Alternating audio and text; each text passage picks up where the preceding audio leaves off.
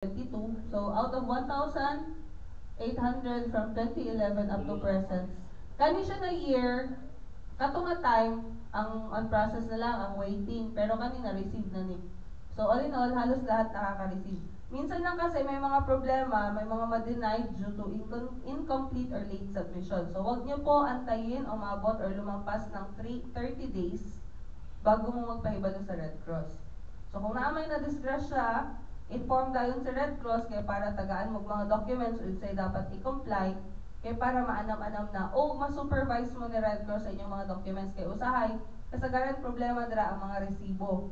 Kaya wala ginadawat ni Red Cross manotice ninyo kanang mga resibo nga thermal kay mag-fade man gud siya kadugayan. So we preferred na written OR gyud ang amo ang ginapangayo. Sa mga pharmacy ma'am, kasagaran mo ko receipt. Dili pwede na. Katong thermal. Tapos ginapa-repeat gid na mo. Mo issue man na sila kay basta for insurance policy. Dili gyapon siya sir.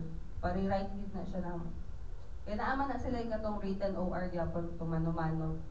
So ibalik tong resibo sa ilaha, imano-mano nila na usulan. Inana ka stricto ang sa Red Cross. Mao nang ma-process tabangan man mo sa Red Cross pero bawi-bawi man pud sa inyo pila lang inyong kapital nga gihatag inyong donation.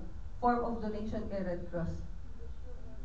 Although we are not encouraging na maka-process mo ingon ani no, pero in a small amount from 60, 150, 300, naka-donate na mo kay Red Cross. But in return, simba ko lang palayo, kung madisgrasya man mo, then naamoy ma-process kay Red Cross. Ay sira bugin na ma'am kay gamotor man sila. Disgrasya ma'am nga na-influensahan ka sa alcohol.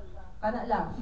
So, kaya wala siya yung police blatter dyan. oo. So, Violation dapat, man na sa LTO. ang yuon na lang nimo ang police nga pag abot sa blatter, sir, ayaw na lang ingna nga under the influence of alcohol. Uy, naunsa naman ning... Kana lang. Kung makayang hangyo. How? Basta yun lang. Basta walay LTO violation. So yun lang. Yan yung usually ang mangyayari. Either minor, nagka-drive walay lisensya, or hubog. So kung makaya ninyo iliso ang blatter, makaya ninyo istorya or hangyo ang kuan, di why not? Eh para lang na anggit may madawat. Okay? Questions? Clarifications po? Una lang ma'am kay launa asubra na Oo, launa. ganun. So kung wala na, that would be all. Balik tayo around 1:30. Tanan ba nakadawat na og triangular bandage? Okay, so gamitin natin yan mamaya after 1:30. So we will do simulation. Hands-on na ta, or skills na tayo. Sige po. Pastor Oo, ka sa ma'am. inyo na yan. Sulatan niyo ng pangalan kay para walay magpangita ay unya.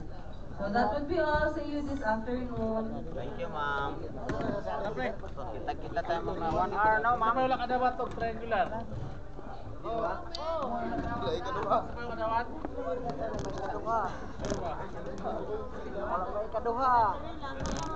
Apa wala ka dawat?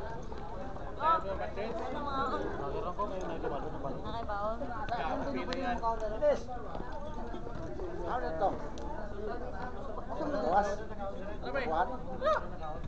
Kulay ba? Ano na resulta sa bukog? Yung kabugod.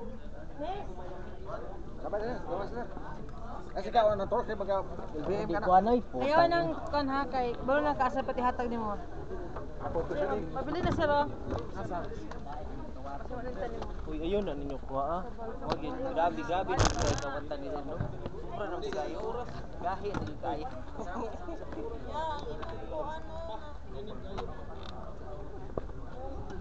Uy, ang atong mahiwagang ano dyan?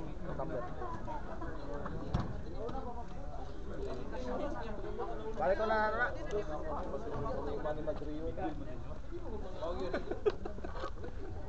Ha?